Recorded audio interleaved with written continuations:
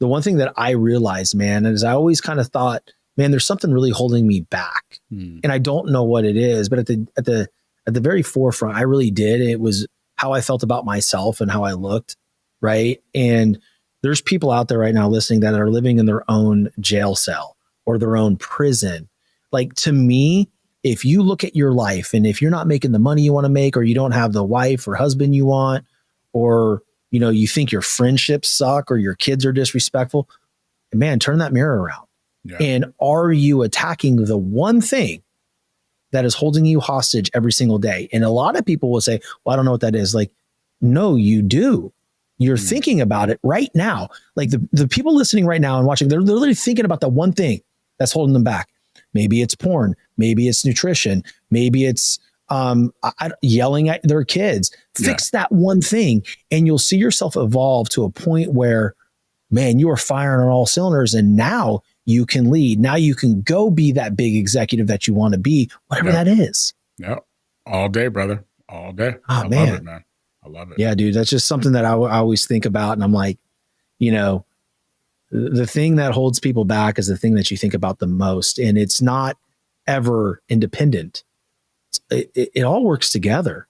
Absolutely. You know, I always say, keep your side of the street clean, man. You know, if you can clean that side of the street up, man, you'll be looking pretty good, dude. You know what I'm saying? Yes, sir. Yes, sir. Let's transition a little bit. You know, you've been involved in many companies, scaling them. I believe your whole career was in insurance, correct? You're doing a lot of insurances, and then you're doing a bunch of keynote speaking, and you're an executive coach, and you're leading entrepreneurs and personal brands to make massive movement in their checkbook. So talk to us about that.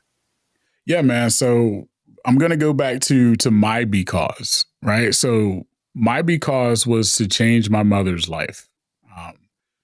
I was 10 years old, and I'm sitting on the bed, and my mom's crying, and I knew what those tears meant. I knew what those sobs meant. You know, I could literally go back to every day of life for the first 10 years. I witnessed my mom go through some type of abuse from my father, sometimes physical, a lot of times emotional, sometimes financial, right? And it got to a point to where for the first time I could feel hurt.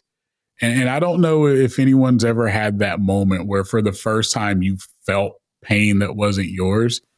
For me, that was life-changing, man. Yeah. Like that was life-changing. And I said, I don't want you to feel like, because if I feel this, I can only imagine what you feel. And I didn't want her to feel that anymore. So I made a promise that I was going to not make that normal. And I was 10. I knew there was nothing I was going to do at 10, 11, 12, or 13 that was going to make that go away. But I promised that one day it would. And so I knew that I needed to be the best athlete, the best student, the best whatever, to get the opportunity to make that happen. And so my life changed again when I was 16, and I was sitting at a doctor's office, and I'm reading a hip hop magazine, and I see Damon John's picture and face there. And I was like, wait, he's not an actor. He's not a rapper. He's not an entertainer. Like, he's a businessman. And I said, that's what I'm going to do. I'm going to be a business person. And so I go to college, University of North Carolina. And the first job I got out of school was in insurance, and I haven't looked back ever since. But what I realized was there's a way to impact lives. And so, you know, the first 5 years I'm helping someone build their dream, you know, and then I said, I want to build this dream for myself. And so at 27, the entrepreneur spirit hit me, and I've never looked back. And so, you know, started my own insurance agency, grew that to, you know, a value of over 16, 17 million. Jesus. Sold it, headed up another company, grew that value from 50 million to 70 million. And then I said, I want to help other businesses and people understand that scale and growth isn't as challenging as we think. It's not easy. Like, anyone that tells you that becoming a millionaire, becoming a 9-10 figure person is easy or business is easy, they're lying to you. There's a lot of work. There's a lot of change that has to happen, but it's not as dramatic as you think. And so I just started that process of helping people get wins, helping culture become better, helping leaders become better leaders. And so that's how that journey started, man. It really was going back to a promise I made my mom. And I realized the best way to do that was to be a business person, a business leader versus trying to be someone who just showed up. And I know that sounds very vain, and I don't mean it in the sense of just showing up, but that's how I categorized things at that time, right? You either own something or you showed up for someone who owned it. And I wanted to be the person that owned it. You know, I'm listening to this and thank you for that. You know, it's the thing that I'm getting from your story, and a lot of people talk about scaling. I mean, how we are in a cesspool of social media and everybody's talking about I could scale your company and this and that. But you look at their resume, they haven't fucking done shit. Like they haven't done anything, right? Then you look at you respected the stages. My good friend, you know, E.T., Eric Thomas, right? He did a talk in the middle of, the beginning of June.